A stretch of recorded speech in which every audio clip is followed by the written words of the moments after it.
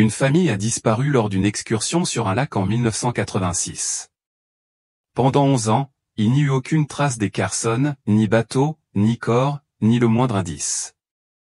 Puis, à l'été 1997, un pêcheur du lac Whitney a attrapé quelque chose d'inattendu dans ses filets, un bateau blanchi par le soleil, à moitié enfoui dans la boue, et à l'intérieur, une preuve qui allait enfin révéler la vérité sur ce qui était arrivé à la famille Carson 11 ans plus tôt.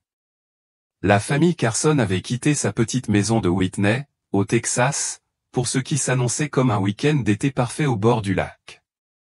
Steve et Linda Carson, accompagnés de leurs 2 enfants Emily, 13 ans, et Matthew, 10 ans, avaient emporté leur matériel de pêche, leur gilet de sauvetage et une glacière remplie de sandwichs. Steve, un mécanicien du coin, parlait depuis des mois de louer un petit bateau à moteur et de montrer aux enfants comment pêcher, à la vraie façon texane.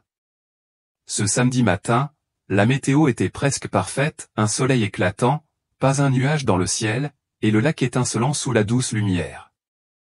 Les voisins se souvenaient de leur salut de la main alors que les Carson sortaient de leur allée. Le chien de la famille aboyait dans le jardin, et Linda promit de rapporter du poisson-chat pour le dîner. Personne en les voyant ce matin-là n'aurait pu imaginer qu'ils ne reverraient plus jamais les Carson.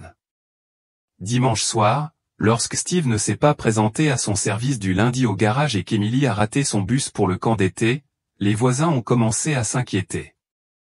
Le bureau du shérif a lancé une vaste opération de recherche sur le lac Whitney et les bois environnants. Des bateaux ont ratissé le rivage, des hélicoptères ont survolé l'eau et des bénévoles ont ratissé les sentiers, mais ils n'ont rien trouvé, ni gilet de sauvetage, ni canne à pêche, ni trace du bateau. C'était comme si toute la famille s'était volatilisée. Dans les années qui suivirent, les rumeurs se multiplièrent à Whitney. Certains chuchotèrent des accidents, d'autres des actes criminels, et quelques-uns affirmèrent que les Carson s'étaient enfuis pour commencer une nouvelle vie ailleurs. Leur maison était vide, ramassant la poussière et les mauvais souvenirs. Mais tout a changé à l'été 1997, lorsque ce vieux bateau cabossé a refait surface et avec lui, les premiers véritables indices sur le sort de la famille Carson. Alors que la police et les voisins se rassemblaient au bord du lac, les vieilles questions ont refait surface. Qu'est-il réellement arrivé aux Carson ce jour-là, et un seul bateau, oublié au fond du lac Whitney, pouvait-il contenir les réponses que tout le monde cherchait?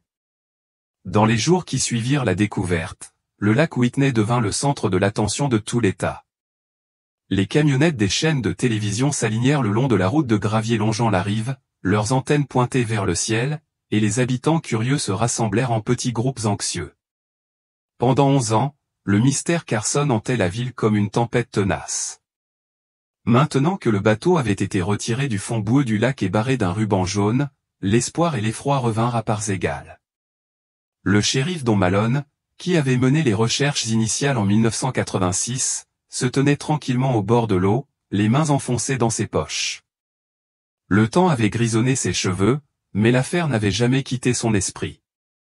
À présent, sous les questions des journalistes et le soleil qui tapait, il se surprenait à revivre chaque décision, chaque occasion manquée de ce week-end lointain. Le pêcheur qui avait trouvé le bateau, Jake Landry, était encore sous le choc en décrivant ce qui s'était passé. « Je pensais avoir attrapé un gros poisson-chat », a-t-il raconté à la police, mais mon filet est devenu lourd. Quand je l'ai remonté, il était emmêlé dans un objet métallique. J'ai vu la vieille peinture, la coque fissurée, et j'ai compris qu'il était là depuis longtemps.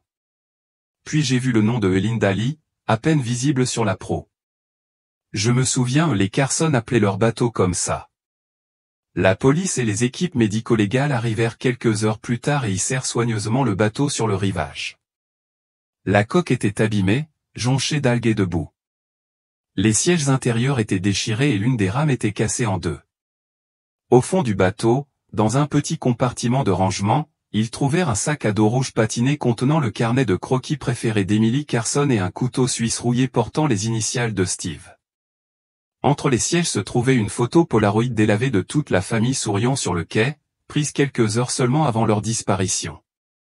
Malgré les indices, l'intérieur du bateau était vide, pas de restes, pas de vêtements, aucune trace évidente de violence. Seul un objet introuvable était une chaussure boueuse coincée derrière le siège conducteur. Elle était bien trop petite pour Steve ou Linda, et ne correspondait à aucun des effets personnels de la famille Carson. À mesure que la nouvelle se répandait, de vieux soupçons refirent surface. Peut-être qu'ils se sont simplement noyés, murmura un habitant, ou peut-être que quelqu'un ne voulait pas qu'on les retrouve. D'autres se souvenaient de la nervosité particulière des Carson dans les semaines précédant leur voyage. Steve avait évoqué des ennuis avec un client au garage, où Emily semblait renfermée à l'église. Le shérif Malone a refusé de spéculer. Nous suivrons les preuves, a-t-il déclaré aux journalistes. Nous devons des réponses aux Carson et à cette communauté après toutes ces années.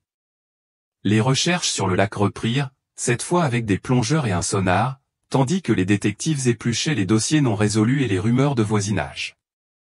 À la tombée de la nuit sur le lac Whitney, le bateau restait silencieux sous les projecteurs du shérif, projetant de longues ombres sur la rive boueuse. La ville attendait des réponses, sachant que le mystère de la famille Carson était peut-être enfin élucidé. Dans les jours qui suivirent, les Texas Rangers arrivèrent, apportant un regard neuf sur ce mystère vieux de plusieurs décennies. Des équipes de médecins légistes en costume blanc passèrent au peigne fin chaque centimètre du bateau cabossé et la bande de rivage boueuse, à la recherche du moindre signe de ce qui était arrivé à la famille Carson il y a tant d'années. Le shérif Malone s'est retrouvé au cœur d'une tempête médiatique. Les journalistes campaient devant son bureau et l'ancienne maison de la famille Carson, à la recherche du moindre détail susceptible de révéler l'affaire. Cependant, la plupart des preuves étaient d'une rareté frustrante. La photo Polaroid, gorgée d'eau et décolorée, montrait Steve, Linda, Emily et leur petit garçon, Matthew, tous souriant sur le quai, apparemment inconscients de la tragédie qui allait se produire. Le sac à dos rouge, autrefois éclatant, sentait maintenant le moisi. À l'intérieur du carnet de croquis se trouvait un dessin inachevé du lac, daté du jour de la disparition de la famille. Emily avait écrit « Le plus bel été de ma vie », en lettres bouclées sous un croquis au crayon de son père.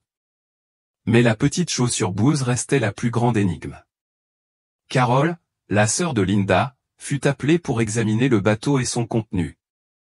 Elle confirma que la chaussure n'appartenait à aucun des enfants Carson, elle était trop usée, trop peu familière, et personne ne se souvenait d'un ami ou d'un invité ayant rejoint la famille ce jour-là. Comme les enquêteurs l'ont découvert, ils ont réinterrogé toutes les personnes ayant vu les Carson avant leur excursion au lac. Un voisin se souvenait de Steve chargeant le bateau de matériel de pêche et de glacière ce matin-là. Emily et Matthew avaient salué des enfants qui descendaient la rue à vélo. À la station-service, le préposé se souvenait avoir vu Linda acheter des sodas et de la crème solaire, tout en discutant de la météo. Tout semblait aller bien, a-t-il dit. Ils avaient l'air heureux. Pourtant, en creusant plus profondément, les enquêteurs ont découvert des détails incompréhensibles. La boîte aux lettres de la famille Carson, restée introuvable des semaines après leur disparition, contenait encore une pile de lettres non ouvertes. Un mot sur le réfrigérateur, écrit de la main de Linda, disait « N'oubliez pas de nourrir le chat ». Lundi, ce n'était censé être qu'une escapade de week-end. Puis vint l'appel qui raviva à la fois l'espoir et l'effroi. Des plongeurs fouillant une partie du lac Whitney, près de l'ancienne rampe de mise à l'eau, trouvèrent quelque chose coincé dans les racines d'un cyprès immergé, un bracelet d'enfant gravé du prénom, Emily. Le bracelet était emmêlé à une corde en nylon, coupée proprement aux deux extrémités. Le shérif Malone fixait le bracelet dans sa main gantée, un frisson le parcourant malgré l'air humide du Texas. Cette découverte soulevait plus de questions que de réponses. Si le bracelet d'Emily était dans l'eau, avait-elle tenté de s'échapper? Quelqu'un d'autre était-il avec eux? L'inquiétude grandissait dans la ville à chaque nouveau détail. Des veillées aux chandelles se multiplièrent sur les rives du lac, et les proches de la famille Carson, désormais dispersés à travers le Texas, retournèrent à Whitney, désespérés de tourner la page. Le shérif promit de poursuivre les recherches, refusant de laisser la piste s'éteindre à nouveau. Alors qu'une nouvelle nuit tombait sur le lac Whitney, le shérif Malone se tenait seul sur la rive, les yeux fixés sur le bateau. Quelque part, croyait-il, la vérité l'attendait, cachée dans les profondeurs obscures, dans le sol boueux, ou dans des souvenirs que personne n'avait osé revisiter depuis 11 longues années. Shérif, venez voir ça. Elle désignait la photo de la famille Carson sur le quai. À première vue, c'était une photo ordinaire, Steve tenant Linda dans ses bras, les enfants serrant leurs parents dans leurs bras, le lac scintillant derrière eux. Mais Angela avait remarqué quelque chose d'étrange qui se reflétait dans la vitre du hangar à bateau derrière eux. À peine visible, une silhouette floue et une grande silhouette se tenant à l'écart de la famille, observant. Le cœur de Malone s'accéléra. « Tu as déjà vu ça ?» Angela secoua la tête. « Ce n'est peut-être rien, peut-être un jeu de lumière ou quelqu'un qui passe, mais c'est étrange. » Ils ont fait appel au photographe judiciaire, qui a pris des scans haute résolution et promis d'améliorer l'image. À midi, le bureau du shérif bouillonnait de théories. Un inconnu rôdait-il sur le quai ce jour-là? Cela pouvait-il expliquer la chaussure supplémentaire, la corde coupée, la disparition qui hantait la ville depuis plus de 10 ans? Pendant ce temps, la recherche de preuves matérielles s'intensifiait. Des chiens cadavériques balayaient les berges boueuses, aboyant parfois aux endroits où le sol était plus meuble ou où les racines s'en mêlaient avec les débris. Rien de concret n'apparaissait, mais chaque piste était suivie. Des plongeurs cartographiaient le lit du lac autour du cyprès, à la recherche d'indices supplémentaires. Cet après-midi-là, Carol, la sœur de Linda, rejoignit les enquêteurs sur le banc des accusés. Elle examina la photo et secoua la tête. Personne d'autre n'était censé être là. On connaissait tous les voisins. Si quelqu'un traînait dans les parages, quelqu'un l'aurait remarqué. Ces paroles n'ont fait qu'épaissir le mystère. Le shérif a tenté de reconstituer la chronologie, si la famille Carson avait croisé quelqu'un sur le quai, un inconnu, ou peut-être même quelqu'un qu'il connaissait, que s'était-il passé ensuite? La chaussure boueuse, la corde coupée, le bracelet dans l'eau et l'ombre sur la photo suggéraient tous que quelque chose avait terriblement mal tourné. À l'approche du soir, le shérif retrouva la famille élargie des Carson dans la salle de réunion d'une église. Ils échangèrent des souvenirs, les histoires de pêche de Steve, les rires de Linda, la passion d'Emily pour le dessin, l'habitude de Tyler de collectionner les capsules de bouteilles partout où ils allaient. La pièce s'assombrit tandis que Carol brandissait le bracelet d'Emily, la voix tremblante. Si Emily a essayé de s'enfuir, elle a peut-être été libérée.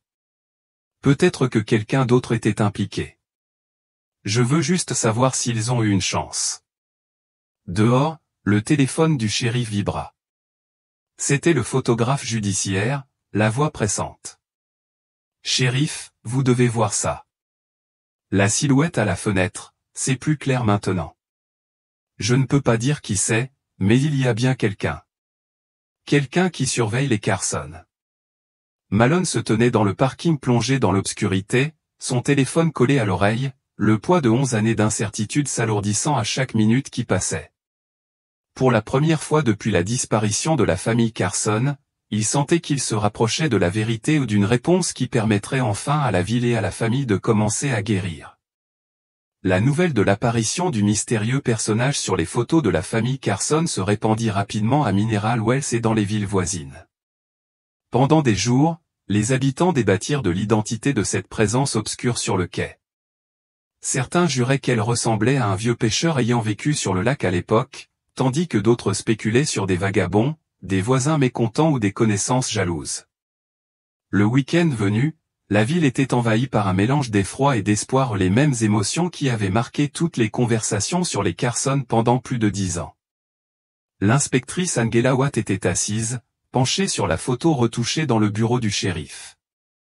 Les contours de la silhouette étaient désormais plus nets, larges épaules, coiffée d'une casquette, si immobile qu'elle se fondait presque dans le décor. Angela agrandit l'image pixel par pixel, à la recherche d'un élément familier, un visage, un détail sur la veste, quelque chose qui pourrait l'aider à se reconnaître. Rien de concret n'émergea, mais la posture déterminée de la silhouette la hantait. Qui qu'il soit, il n'était pas venu pêcher ou discuter, il observait. Pendant ce temps, les équipes d'enquêteurs continuaient d'examiner chaque recoin du bateau usé du Carson. Sous une banquette, ils trouvèrent un morceau de papier plié, imbibé d'eau et décoloré, mais encore lisible. Il s'agissait d'une liste écrite de la main soignée de Linda Carson. Déjeuner du dimanche, sandwich à la dinde, pommes, biscuits. Les flotteurs de Tyler. Le carnet de croquis d'Emily. Crème solaire. La liste se terminait par une simple phrase, « Appelle Carole lundi pour prendre de tes nouvelles ». Ces détails banals rendaient la réalité de leur disparition d'autant plus crue. Sur le quai, le shérif Malone a rencontré Frank Dillard, l'agent de patrouille du lac, aujourd'hui retraité, qui était intervenu le jour de la disparition des Carson. Frank passa la main sur son visage buriné en racontant ses souvenirs. Je me souviens avoir vu des empreintes de pas boueuses au bout du quai de toutes petites, comme celle d'un enfant. Mais il y avait aussi une grande empreinte, récente, et elle ne correspondait à aucune des chaussures de la famille. Nous les avons récupérées comme preuve. Nous pensions tous que c'était juste un pêcheur ou un garde forestier de passage, mais maintenant, je n'en suis plus si sûr. Angela les rejoignit, la photo à la main. Frank, regarde. Cette silhouette te dit quelque chose? Frank fixa l'image un long moment. Difficile à dire. C'est peut-être ce vieux type qui habitait dans le North End de Tom Abernathy, mais il a déménagé en 1987, et tout le monde disait qu'il était inoffensif. Ça pourrait être un inconnu. Personne ne se souvient d'avoir vu un étranger traîner dans les parages, fronça les sourcils Malone. Frank secoua la tête. Pas à ma connaissance.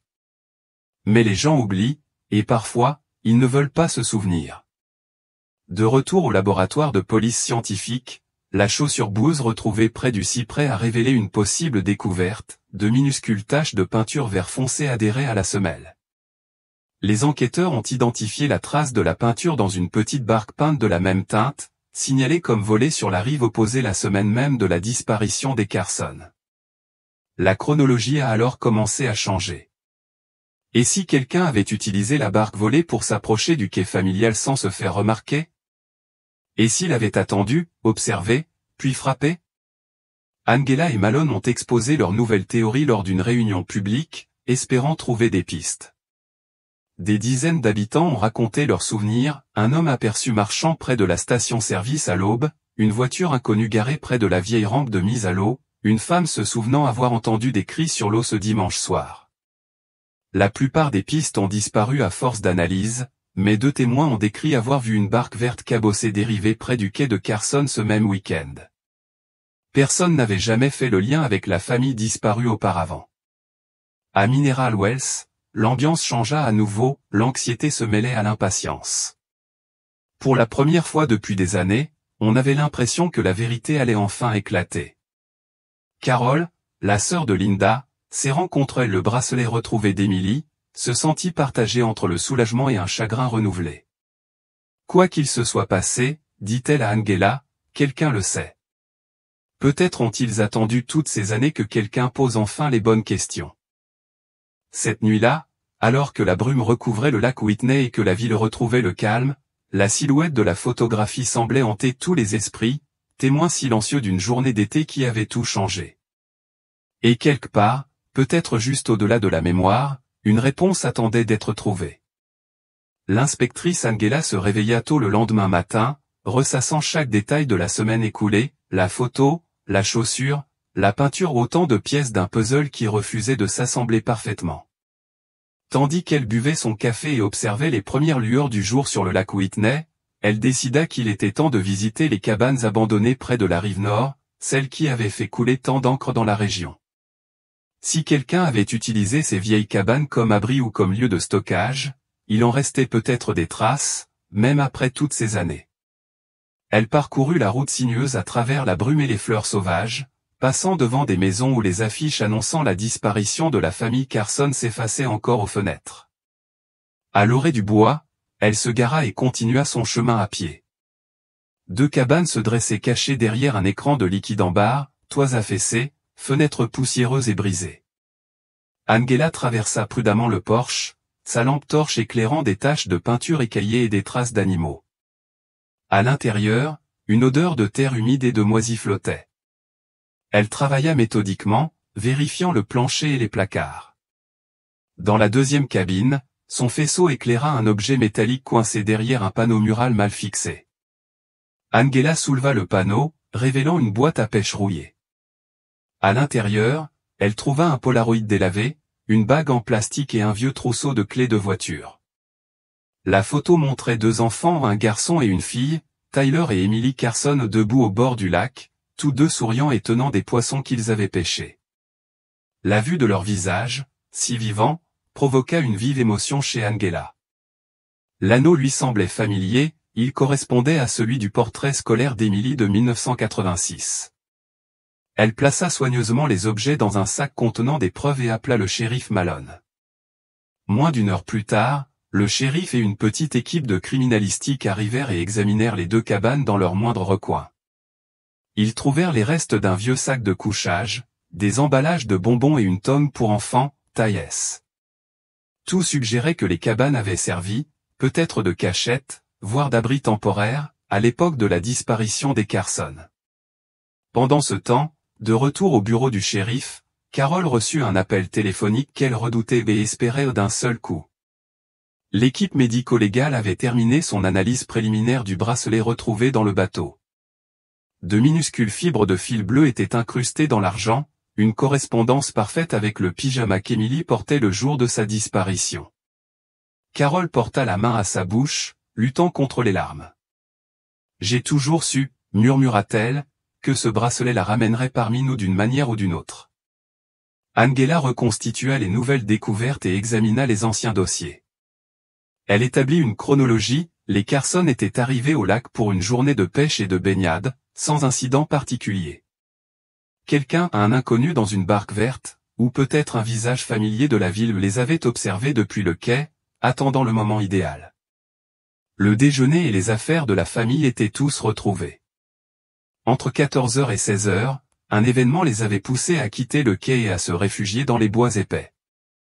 Mais pourquoi s'étaient-ils enfuis, et où étaient-ils allés? Et qui était cet homme à l'arrière-plan, si sinistrement immobile? Angela avait l'intuition que la réponse se trouvait quelque part dans les vieux chalets, peut-être dans les bribes de conversation entendues à l'époque. Elle retrouva une vieille habitante du coin, Madame Thelma Reed, qui avait vécu seule dans un chalet près de la rive nord en 1986. Madame Reed se souvenait avoir entendu des voix dans les bois ce dimanche-là, des cris, des pleurs, et une voix d'homme hurlant des ordres, mais elle avait supposé qu'il s'agissait simplement de campeurs ou d'adolescents qui s'introduisaient sans autorisation et n'y avaient guère prêté attention sur le moment. Angela la remercia et partit avec le sentiment grandissant que l'enquête touchait enfin à sa fin. Les anciennes preuves reprenaient vie. Alors que le soleil se couchait sur le lac Whitney ce soir-là, illuminant le rivage d'orange et de violet, Angela appela Carol. « Nous sommes plus proches que jamais », promit-elle. « Je crois que nous allons enfin ramener ta famille à la maison, pour la première fois depuis 11 ans. » L'espoir vacillait comme une bougie dans l'obscurité pour tous ceux qui étaient touchés par la disparition de la famille Carson, mais la vérité, Angela le savait, se cachait toujours dans l'ombre, attendant d'être mise en lumière. À l'aube sur le lac Whitney, Angela était assise à son bureau, entourée de photographies, de cartes et de témoignages effacés. Le lac scintillait sous les premières lueurs du jour derrière les stores, la même vue que celle des Carson. Au matin, Angela repassa chaque fragment de preuve, tentant de combler ces années de silence par quelque chose de concret. Elle fut interrompue par un coup frappé. Le shérif Malone entra, tenant un épais dossier rempli de documents imprimés et de notes manuscrites. « Nous avons récupéré d'autres documents dans les archives du comté », a déclaré Malone. Il s'avère que l'homme aperçu près du quai de Carson en 1986, quelqu'un avait déjà signalé son nom. Un pêcheur local? Jacques? Les informations. Pas de problème. Les cales sont exactement là où je les ai indiquées. Hélène trouva ce dont elle avait besoin, paya rapidement et retourna à sa voiture. Le sac de quincaillerie se froissa lorsqu'elle le posa sur le siège passager. Un projet de rénovation dont elle ignorait tout. Des séances de thérapie manquées. Des mensonges sur l'endroit où il était ce soir. Les pièces du puzzle ne s'assemblaient pas encore, mais Hélène n'avait pas une vue d'ensemble. Peut-être que Charles traversait simplement une période difficile avec le divorce. Chacun gérait le deuil et le changement différemment. Il s'était peut-être lancé dans un projet pour faire face à la situation, trop gêné pour admettre qu'il avait arrêté sa thérapie. Elle vérifia l'horloge du tableau de bord, 20h05. En se dépêchant, elle pourrait réparer sa garde-robe et arriver à l'heure à son service. La soirée avait pris une tournure surréaliste. Ce matin-là, elle était mariée et vivait dans ce quartier. Elle était désormais une visiteuse dans sa propre vie, découvrant les secrets d'une maison qui n'avait autrefois rien caché. Elle tourna la clé dans le contact et retourna vers la maison de Charles, ignorant que chaque kilomètre la rapprochait de réponses qu'elle n'était pas prête à trouver. Hélène s'engagea dans l'allée pour la deuxième fois ce soir-là. Le sac bruissa tandis qu'elle le ramassait avec son sac à main. Elle ferait vite, arranger la garde-robe, puis partirait pour son service. Les paroles de Georges à propos de la rénovation lui revinrent à l'esprit. Peut-être que Charles renouait vraiment avec ses anciennes passions. Durant leur relation, il avait passé ses week-ends à fabriquer de magnifiques figurines en bois, des hiboux, des renards, des oursons aux détails complexes. Ses mains étaient si douces et précises, donnant vie au bois brut. Sa clé tourna facilement dans la serrure. La maison était plongée dans l'obscurité, à l'exception de la lumière du porche qu'elle avait laissé allumer. Elle actionna l'interrupteur de l'entrée et se dirigea vers l'escalier. À mi-hauteur, elle remarqua des lumières jaillir de sous la porte du bureau de Charles. Étrange, elle avait éteint toutes les lumières plus tôt. Charles, appela-t-elle. Tu es rentré. Pas de réponse, mais elle entendit du mouvement, des pas, le frottement des meubles. Elle atteignit le palier du deuxième étage. Les pas devinrent plus forts, plus frénétiques. Des papiers bruissaient. Un tiroir claqua. Charles, tout va bien, appela-t-elle de nouveau.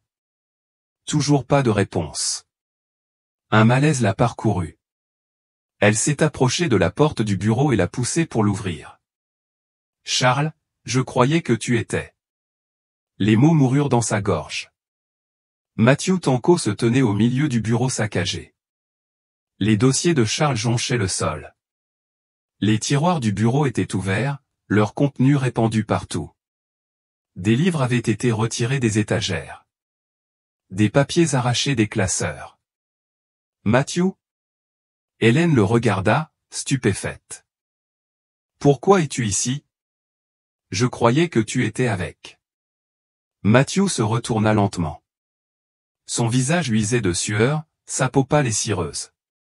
Ses cheveux, habituellement bien coiffés, se dressaient bizarrement. Quand son regard croisa le sien, ses pupilles se dilatèrent jusqu'à devenir des flaques noires. Ça va, demanda Hélène, même si visiblement, il n'allait pas bien. Tu as l'air malade. Matthew fit un pas vers elle, d'un mouvement hésitant. Elle sentit une forte odeur d'alcool mêlée à autre chose, la sueur et le désespoir. Que fais-tu ici? Hélène garda une voix calme malgré l'inquiétude grandissante. Charles t'a-t-il demandé de trouver quelque chose? L'expression de Matthew resta froide et impassible. Il fit un autre pas en avant, hésitant. Hélène le connaissait depuis des années, Charles et lui étaient amis de lycée, liés par le travail du bois. Elle ne l'avait jamais vu ainsi. Matthew, reste là, dit-elle fermement. Je vais appeler un médecin. Tu as besoin d'aide. Elle tendit la main vers le téléphone du bureau, mais Matthew se précipita en avant avec une rapidité surprenante. Ses mains se refermèrent sur ses poignets, une poigne douloureusement serrée. Lâche-moi. Hélène tenta de se dégager, mais ses doigts s'enfoncèrent plus profondément. Matthew, tu me fais mal. Elle le poussa violemment, le libérant de son emprise. Sortant du bureau en titubant, elle attrapa la poignée de la porte et tenta de la refermer entre eux. Matthew s'agrippa au bord et l'ouvrit brusquement. La peur l'envahit. Ce n'était pas le Matthew qu'elle connaissait, l'homme discret qui apportait des jouets faits maison à Izzy, qui avait aidé Charles à construire leur terrasse un été. Quelque chose clochait terriblement. Hélène se retourna pour courir vers l'escalier, mais Matthew la rattrapa par derrière, lui entoura la taille. Elle se débattit tandis qu'il la portait, la tirait à moitié dans le couloir. Non. Elle lutta contre son emprise, mais il était plus fort. Il poussa la porte de la chambre d'Izzy et la jeta sur le petit lit. La couette Mon Petit Poney amortit sa chute, mais avant qu'elle puisse se dégager, Matthew était sur elle, la maintenant au sol. Son haleine empestait le whisky tandis qu'il la saisissait. « Matthew, s'il te plaît » supplia Hélène en essayant de le repousser. « Ne fais pas ça. Tu as une femme et un enfant à la maison, pense à eux. » Il ne répondit pas, ne sembla pas l'entendre. Son visage resta étrangement impassible tandis qu'il attrapait ses vêtements. La main d'Hélène trouva la veilleuse en céramique d'Izzy sur la table de chevet, un éléphant rose qu'elle avait acheté des années auparavant. Elle la balança avec force, touchant la tempe de Matthew. « Je suis désolé. Je dois le faire. » Il grogna et roula sur le côté, la main sur la tête. Hélène se précipita hors du lit et courut vers la porte, mais Matthew se reprit rapidement. Il la saisit par le bras et la fit pivoter, la projetant violemment contre l'armoire. L'impact lui coupa le souffle. Elle tomba à genoux tandis que l'armoire vacillait, son socle instable cédant. Le lourd meuble bascula en avant avec un fracas terrible. Le bois se fendit. Le plancher se fissura et céda, révélant une cavité cachée. Alors que la poussière retombait, Hélène aperçut des cartons dans le trou ou des dizaines remplis de cassettes VHS et de VCD.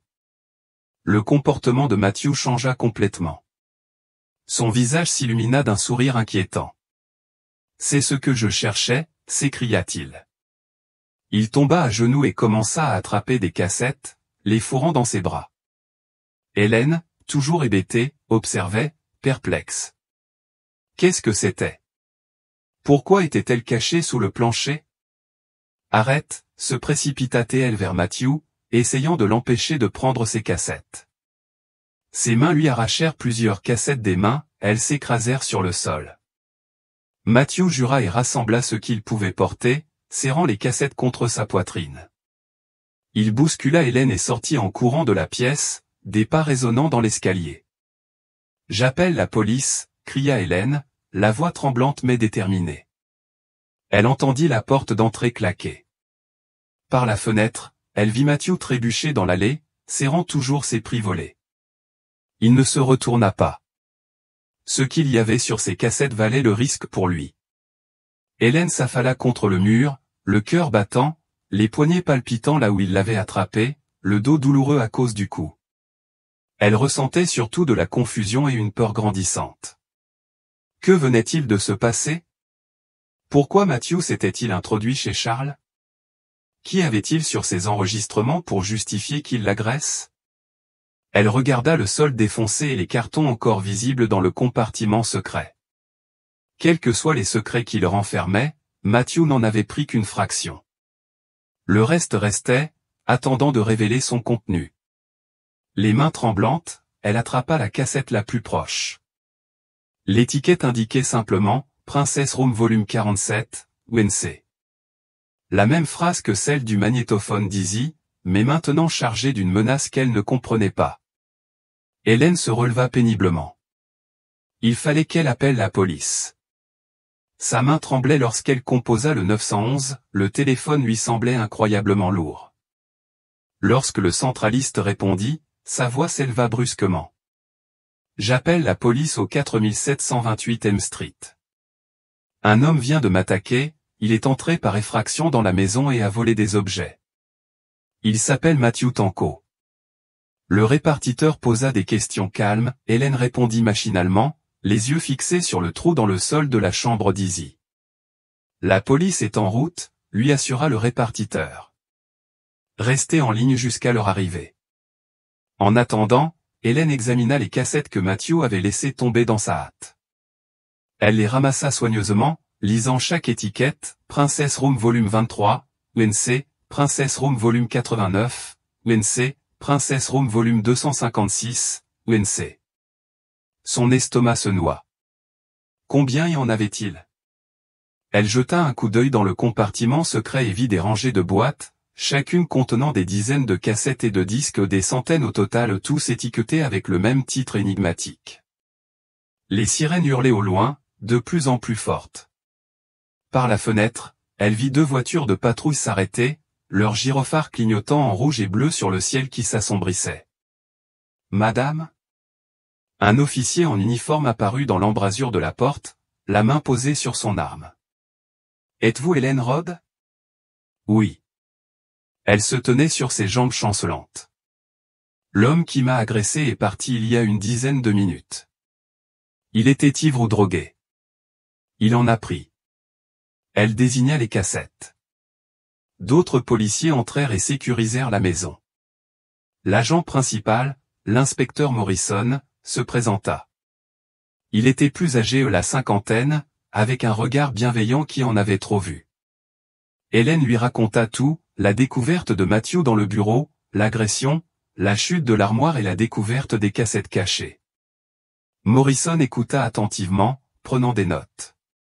« Vous avez dit que son nom était Matthew Tanco ?» demanda Morrison.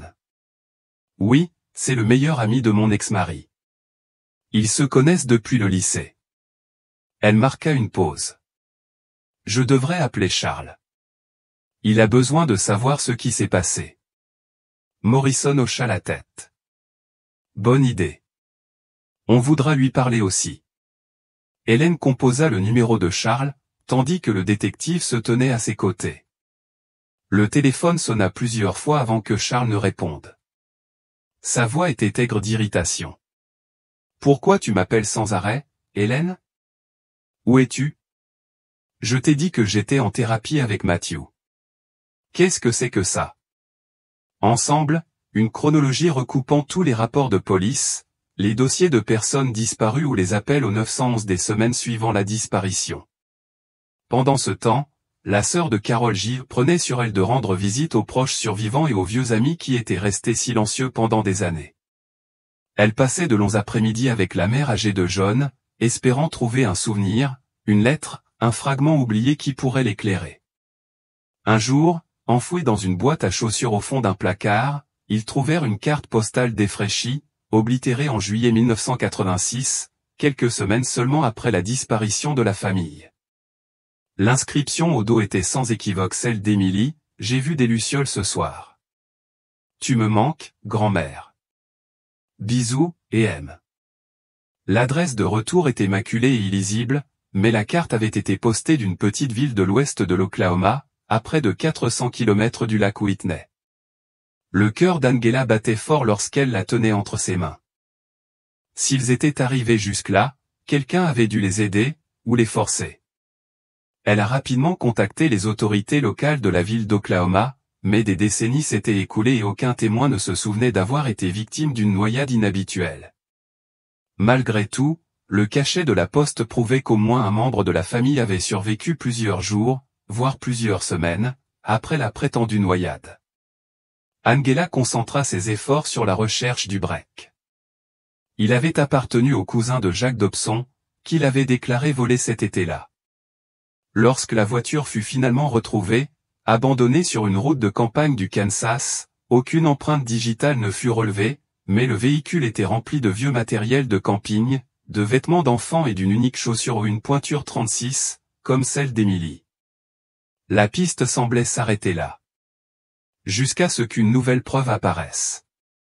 Une équipe de construction travaillant au bord du lac Whitney a déterré une vieille boîte à outils rouillée à seulement 50 mètres de l'endroit où le bateau des Carson avait été retrouvé.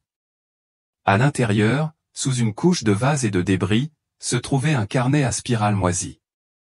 La première page était abîmée par l'eau, mais Angela pouvait en déchiffrer l'écriture, 18 juin 1986. Si quelqu'un trouve ceci, veuillez informer ma famille que nous sommes vivants. John C. Les entrées, sporadiques et désespérées, relataient les jours qui ont suivi la disparition de la famille, leur lutte pour trouver un abri, leur espoir d'être secourus et leur peur de l'étranger dans les bois qui semblaient les observer. La dernière entrée était datée de 3 semaines après la disparition, on n'entendait pas la nuit. Émilie a peur. Je prie pour que quelqu'un nous retrouve bientôt. Angela essuya ses larmes en lisant la dernière page.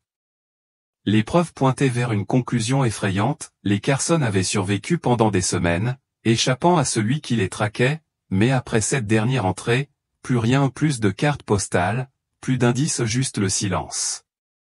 Désormais, à chaque nouvelle découverte, Angela sentait le poids de leur histoire s'alourdir.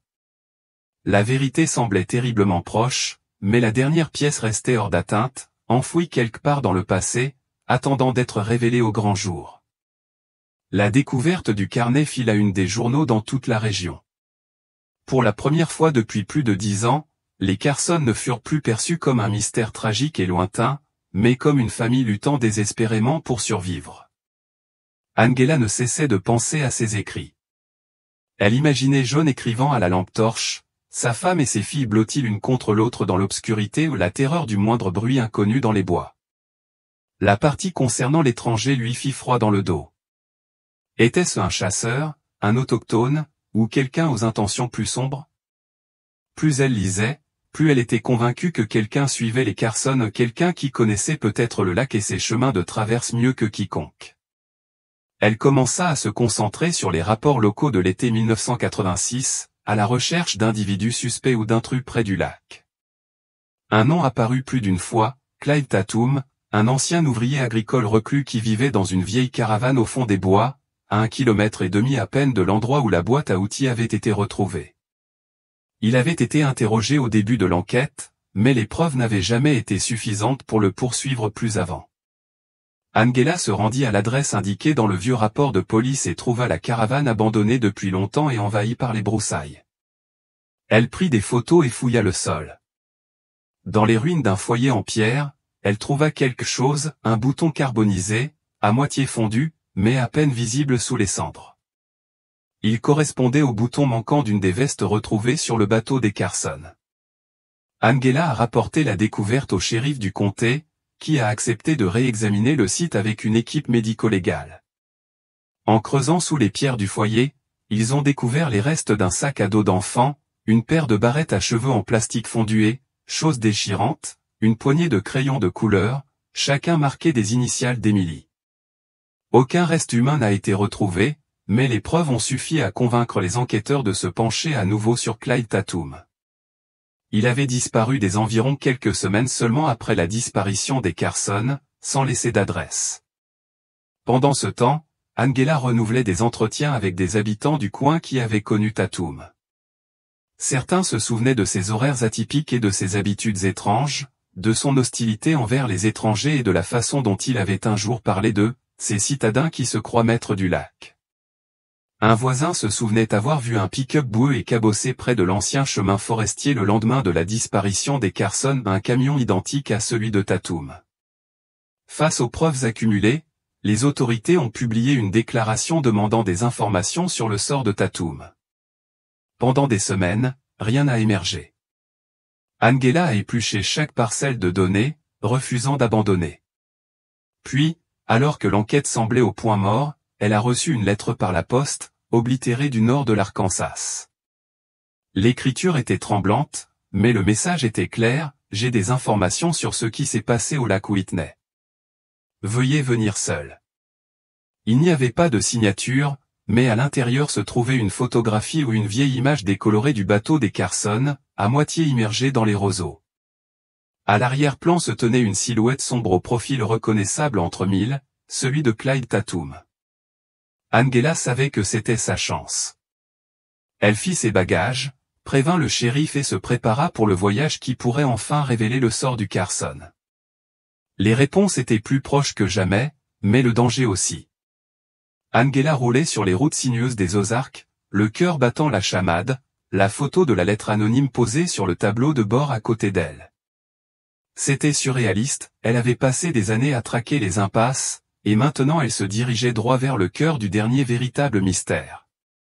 Alors que le soleil commençait à se coucher derrière les collines, elle s'arrêta au minuscule bureau de poste indiqué dans l'adresse de retour, juste à l'extérieur de Jasper, en Arkansas. L'air était lourd d'humidité et chaque son semblait chargé de sens. Elle se gara et scruta le parking à la recherche de quelqu'un correspondant à la silhouette floue de la photo, mais le coin était désert, à l'exception d'une vieille femme qui récupérait son courrier. Le téléphone d'Angela vibra. Un numéro bloqué, un SMS, allez au restaurant d'en face. Demandez une tarte aux pommes. Chaque détail semblait tout droit sorti d'un film, mais elle suivit les instructions et se dirigea vers un restaurant éclairé au néon où une poignée de routiers sirotaient leur café au comptoir. Angela commanda une tarte aux pommes, les nerfs à vif, et la serveuse lui dit doucement d'attendre au box numéro 7. Elle resta assise, tripotant son sac, jusqu'à ce qu'un vieil homme en jean usé et casquette délavée se glisse dans la cabine en face d'elle. Son regard, vif et hanté, étudia son visage un long moment avant de parler. « Vous êtes le journaliste du Texas, dit-il d'une voix rauque. Je savais que vous viendriez. Je savais que quelqu'un viendrait un jour. » Angela hocha la tête d'une voix assurée.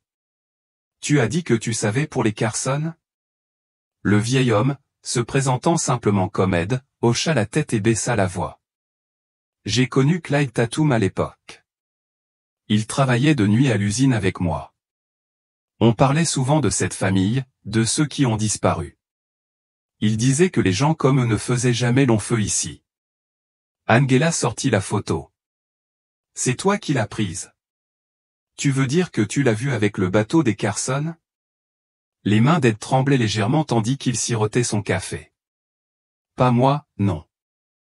Mais j'ai vu Tatum revenir du lac ce soir-là, couvert de boue, le regard hagard. Le lendemain matin, il y avait un feu arrière cassé sur le parking. J'ai prévenu le shérif, mais personne ne m'a écouté, il ne voulait pas croiser Tatum. » Angela insista, et l'histoire d'Ed se déversa. Comment Tatum se vantait d'avoir inculqué le respect de la terre aux citadins, comment il cachait les trophées de ceux à qui il avait donné une leçon. Comment, des années plus tard, Ed avait retrouvé la vieille photo dans un carton contenant les affaires de Tatum après son départ de la ville, de peur d'être blâmé. Ed l'avait gardé précieusement tout ce temps, attendant que quelqu'un se soucie suffisamment de lui pour découvrir la vérité. Munie de la photo et du témoignage d'Ed, Angela est retournée au Texas et a remis les preuves aux autorités. Le bureau du shérif s'est coordonné avec les forces de l'ordre de l'Arkansas pour lancer une recherche afin de retrouver Tatum, aujourd'hui septuagénaire et vivant probablement sous un faux nom. Quelques jours plus tard, ils obtinrent le répit dont ils avaient besoin, un contrôle routier de routine arrêta Tatum près de Little Rock. Face aux preuves qui s'accumulaient et notamment les effets personnels brûlés dans son ancien foyer et à la déclaration d'aide, Tatum finit par craquer après des heures d'interrogatoire. Il admit avoir trouvé les Carson bloqués et terrifiés près de sa caravane, mais insista sur le fait qu'il voulait seulement les effrayer. Que la situation avait dérapé pendant la bagarre. Il sépara la famille, John Carson mourut dans un accident sur la propriété, et Tatum, terrifié, enterra son corps et abandonna la mère et ses filles survivantes au fond des bois. Angela écouta la confession, le cœur battant. Il restait un dernier espoir, Tatum, risquant la prison à vie, accepta de conduire les autorités sur les lieux. Angela rejoignit l'équipe de recherche qui ratissait les bois denses au nord du lac Whitney. C'est là, sous un tas de bois pourris, qu'ils ont découvert une vieille cave à tempête. À l'intérieur, une couverture décolorée et les initiales, CC, gravées dans le bois. L'ADN a confirmé plus tard que, miraculeusement, les filles avaient survécu des semaines, voire des mois, avant d'être secourues par une inconnue qui ne s'est jamais manifestée. La vérité finale fut confuse, tragique, et pourtant pleine d'espoirs inattendus. Le reportage d'Angela offrit aux proches survivants des Carson la conclusion tant attendue. Et pour Angela, l'histoire qui l'a hantée depuis plus de 10 ans avait enfin une fin, écrite avec courage, chagrin et la lumière tenace de l'amour familial. La vérité sur la disparition de la famille Carson commençait enfin à éclater devant une nation stupéfaite. Les médias se sont rués sur le lac Whitney et les Ozarks, diffusant des informations toutes les heures. Angela devint le visage de l'enquête, donnant ainsi la parole à une famille dont l'histoire était devenue une légende américaine non élucidée. Partout au Texas, les gens qui se souvenaient de cette affaire de leur enfance ont regardé avec incrédulité de nouveaux détails émerger sur ce week-end fatidique de 1986 et les années qui ont suivi. Après les aveux de Clyde Tatum et la découverte de la cave à tempête, les équipes médico-légales s'y sont installées. L'espace était exigu, moisi et étrangement préservé, un abri de fortune qui avait permis aux filles Carson de survivre bien plus longtemps qu'on ne l'aurait imaginé. Ils ont trouvé des initiales et un calendrier gravé sur le mur, ainsi que des restes de conserve, certains datant de la fin des années 1980. Les enquêteurs ont reconstitué une chronologie poignante. Après la tragédie initiale, Tatum, effrayé et accablé, a abandonné les filles et leur mère blessées dans les bois. Au fil des jours, les Carson ont survécu en récupérant des provisions et en se tenant mutuellement au chaud, mais les blessures de leur mère sont devenues critiques. Par un coup du sort, une femme recluse vivant hors réseau identifiée plus tard comme étant la résidente locale Eloise Parker a trouvé les filles par hasard. Pendant qu'elle cherchait de la nourriture, elle prenait soin d'eux du mieux qu'elle pouvait, les gardant cachés des autorités par profonde méfiance envers les étrangers façonnés par son propre passé troublé. Lorsqu'Héloïse tomba malade et mourut subitement 2 ans plus tard, les filles, toujours sous des noms d'emprunt, étaient suffisamment âgées pour se fondre dans la société sans jamais révéler leur véritable identité. Le monde les croyait mortes, mais les archives et les entretiens avec les personnes qui les avaient rencontrées au début des années 1990 ont confirmé leur identité. La quête d'Angela pour retrouver les sœurs devint un chapitre à part entière. À partir de détails trouvés dans la cabane abandonnée d'Héloïse, vieilles photos, bouts de vêtements, notes manuscrites, Angela retrouva une femme vivant dans la campagne de l'Oklahoma qui correspondait à l'âge et à la description de la cadette des Carson. Lorsqu'Angela lui rendit visite, la femme l'accueillit à la porte, les yeux écarquillés d'incrédulité, tandis qu'Angela lui expliquait la raison de sa venue. « Je pensais que personne ne nous retrouverait jamais », murmura la femme, les larmes aux yeux. « Nous n'avons jamais voulu disparaître, nous ne savions simplement pas comment rentrer. » Angela expliqua gentiment que leur famille n'avait jamais cessé de chercher, que même après tant d'années, leur histoire comptait toujours. Dans les semaines qui suivirent, les 2 sœurs Carson retrouvèrent enfin leurs proches au Texas. Leur retour émouvant fut immortalisé par des vidéos familiales granuleuses et des photos de journaux, 2 femmes meurtries par la vie, mais résilientes, retrouvant un monde qui les avait longtemps pleurées. L'attention des médias se détourna bientôt des crimes de Tatum pour se concentrer sur la force de l'espoir et de la persévérance. Les articles d'Angela n'évoquaient pas la douleur et la complexité, mais célébraient la survie des sœurs et les petits gestes de générosité qui l'avaient rendu possible. Les autorités, qui n'avaient pas réussi à résoudre l'affaire, étaient confrontées à des questions difficiles, mais le public trouvait du réconfort dans l'idée que, même dans les circonstances les plus sombres, les liens familiaux pouvaient perdurer. Au lac Whitney, un modeste mémorial a été érigé près du lieu où le bateau des Carson a été retrouvé, rendant hommage à la fois au calvaire de la famille et à la persévérance de tous ceux qui ont cherché des réponses. Angela se tenait aux côtés des sœurs survivantes tandis qu'elle déposait des fleurs près du monument, tandis que le soleil se couchait sur l'eau, une fin paisible et digne à des années de mystère et de deuil. La vie d'Angela a également changé. L'affaire Carson lui a ouvert des portes pour sa carrière, mais surtout, elle lui a redonné foi en la valeur de la vérité et en la ténacité de l'amour. Dans un moment de calme au bord du lac, Angela s'est promis de continuer à raconter des histoires comme celle-ci, des histoires importantes non seulement parce qu'elles étaient non résolues, mais aussi parce qu'elles étaient humaines. La vérité étant désormais révélée, l'histoire de Carson devint l'objet d'un débat national, à la fois comme un avertissement et un symbole de résilience. Le reportage d'Angela suscita de nouveaux appels en faveur d'une meilleure protection de l'enfance, d'une amélioration des procédures de recherche et de sauvetage, et d'une augmentation des ressources pour les cas de personnes disparues. Son nom commença à apparaître dans les journaux nationaux, mais elle ne se départit jamais de l'humilité qui l'avait conduite à lac Whitney. Pour elle, ce qui comptait avant tout, c'étaient les gens, jamais les gros titres. Dans les semaines qui suivirent les retrouvailles, Angela passa du temps avec les sœurs Carson, qui commençaient lentement à reconstruire leur vie. Le traumatisme de ce qu'elles avaient enduré ne s'estomperait jamais complètement, mais chaque jour qui passait laissait entrevoir de légers signes de guérison. Les membres de leur famille, dont certains croyaient les filles mortes depuis longtemps, les accueillirent à bras ouverts et les embrassèrent en larmes. Les sœurs échangèrent des souvenirs, parfois douloureux, parfois précieux, et apprenèrent peu à peu à se faire confiance. Angela était présente à ses premiers dîners de famille, témoin des rires mêlés de larmes tandis qu'ils racontaient l'histoire de leurs parents, de leur enfance et des années perdues dans la peur et l'incertitude. Elle a documenté leur parcours avec respect et attention, veillant à ne jamais dépasser les bornes, sachant que la véritable victoire ne résidait pas dans le récit, mais dans la vie. Les autorités ont conclu leur enquête par un long rapport détaillant non seulement les crimes et les échecs, mais aussi l'extraordinaire survie des sœurs. Clive Tatum a été poursuivi avec toute la rigueur de la loi, ses aveux et les preuves matérielles ont suffi à lui valoir une peine de prison à vie. La découverte du rôle d'Eloise Parker a suscité une réévaluation de son héritage non pas en tant que criminelle, mais en tant que femme profondément perturbée qui a finalement sauvé 2 jeunes vies. À l'arrivée de l'automne au Texas, Angela réfléchit au déroulement de l'histoire, de la tragédie à la révélation, du désespoir aux retrouvailles. Elle écrivit un dernier texte, publié dans les journaux de tout le pays. Il se terminait ainsi.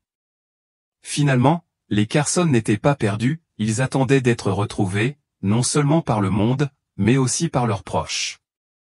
Parfois, les réponses aux mystères les plus difficiles de la vie sont plus proches qu'on ose l'imaginer, cachées non pas au fond d'un lac, mais dans la force que l'on trouve pour continuer à chercher.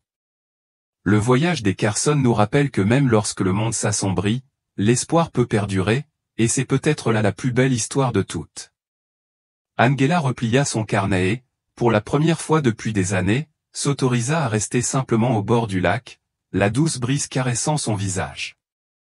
Elle savait qu'il y aurait toujours d'autres histoires, d'autres mystères, d'autres familles en quête de réponses, mais pour l'instant, elle s'accordait un rare moment de paix, heureuse de savoir que cette histoire, au moins, avait trouvé sa fin.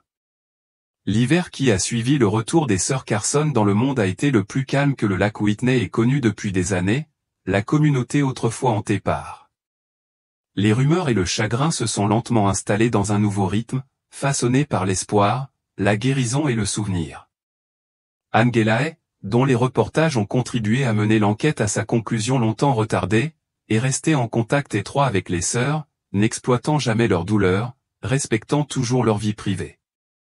La nouvelle de l'affaire s'est répandue bien au-delà de la petite ville texane. Dans tout l'État, les écoles et les services de police ont mis à jour les protocoles relatifs aux personnes disparues, et les chaînes d'information locales ont diffusé des reportages sur l'importance de ne jamais abandonner ses proches, sur les affaires non résolues et sur l'idée que des réponses pourraient encore être trouvées. La maison Carson, longtemps vide, est devenue un lieu de solidarité communautaire. Les voisins sont venus lui apporter des plats faits maison et lui ont proposé de l'aide pour réparer ce que les années avaient abîmé. Angela a raconté l'histoire de la transformation de la maison, en insistant sur la solidarité des habitants, non par pitié, mais par respect. Certains soirs, le porche était animé par de douces conversations, de la musique et le bruit des enfants, nièces, neveux et nouveaux cousins qui montaient et descendaient les marches en bois. Maddie et Lily Carson s'adaptèrent chacune à leur manière. Maddie passa de longues heures à écrire, d'abord dans un journal, puis dans des essais qu'elle partagea avec Angela, qui l'encouragea à publier ses réflexions. Ces mots, crus mais pleins d'espoir, touchèrent un large public. Lily se mit au jardinage, trouvant du réconfort en faisant fleurir de fragiles pousses. Le jardin devint une métaphore de son propre rétablissement, une promesse discrète que la croissance pourrait reprendre même après l'hiver le plus froid. Les autorités, clôturant leur dossier, ont publié une déclaration publique, que cette affaire serve de rappel, chaque personne disparue est la famille de quelqu'un. Chaque question restée sans réponse mérite d'être posée à nouveau. Au début du printemps, les sœurs ont organisé une cérémonie privée au bord du lac, en hommage à leurs parents et aux années perdues. Angela était invitée, mais est restée à distance respectueuse, observant les sœurs lâcher des lanternes en papier sur l'eau, des lumières scintillantes reflétant leurs souvenirs, leur chagrin et leur résilience. Le dernier article publié par Angela sur l'affaire Carson se terminait non pas par une révélation dramatique, mais par une image, une famille brisée par la tragédie et le temps, choisissant d'avancer ensemble. Le lac Whitney, autrefois lieu de deuil, était devenu un symbole de retour. Pour ceux qui ont lu l'histoire, que ce soit au Texas ou ailleurs, elle a servi de doux rappel, même les mystères les plus profonds peuvent être résolus, et même après la nuit la plus longue, l'aube arrive toujours. Le printemps apporta un nouveau départ à Lake Whitney, mais l'ombre du calvaire de la famille Carson planait doucement sur la communauté. L'église locale organisa un concert caritatif pour les personnes disparues, auquel Maddie et Lily étaient invitées d'honneur. Maddy hésita d'abord, les apparitions publiques la préoccupaient encore, mais Lily la persuada, lui rappelant que leur histoire pourrait aider d'autres personnes qui se sentaient oubliées ou perdues. L'événement a attiré une foule venue des villes voisines, certains étaient venus soutenir les Carson, d'autres pour redonner espoir à leurs proches disparus. Les jeunes filles étaient assises en silence au premier rang, tandis que des survivants, des défenseurs des droits et des familles de disparus partageaient leurs histoires. Lorsque Maddy fut finalement présentée, elle parla d'une voix tremblante qui devint plus forte à mesure qu'elle racontait la vérité sur sa famille, non seulement sur le fait d'avoir été emmenée, mais sur le long voyage de retour, la force qu'elle avait trouvée chez sa sœur et les petits actes de gentillesse qui l'avaient soutenue pendant les pires jours. Par la suite, alors que les gens venaient les remercier, Maddy a réalisé que même si sa douleur ne disparaîtrait peut-être jamais complètement, elle pourrait se transformer en quelque chose d'utile, une façon de réconforter les autres, d'offrir sa solidarité, de dire « tu n'es pas seul ». Pendant ce temps, Lily réconfortait tranquillement une mère qui n'avait pas vu son fils depuis une décennie, en pressant une fleur sauvage de son jardin dans la main de la femme comme un symbole silencieux d'espoir. Entre-temps, les articles d'Angela sur l'affaire Carson ont suscité un regain d'intérêt pour d'autres affaires non résolues. Un détective de Fort Worth a contacté Maddy et Lily pour leur demander si elles se souvenaient de détails concernant d'autres enfants disparus depuis leur détention. Leurs réponses, des souvenirs fragmentaires de noms, de visages et de conversations fugaces, ont ouvert une nouvelle piste d'enquête, ouvrant de nouvelles pistes dans plusieurs affaires restées en suspens depuis des années. L'épreuve vécue par la famille Carson semblait non seulement avoir changé leur propre vie, mais aussi avoir eu des répercussions à l'extérieur, affectant des étrangers qu'ils ne rencontreraient jamais. Les sœurs ont commencé à guérir chacune à leur manière. Maddy s'est inscrite à l'université pour obtenir un diplôme en psychologie, déterminée à aider les autres à survivre et à se remettre d'un traumatisme.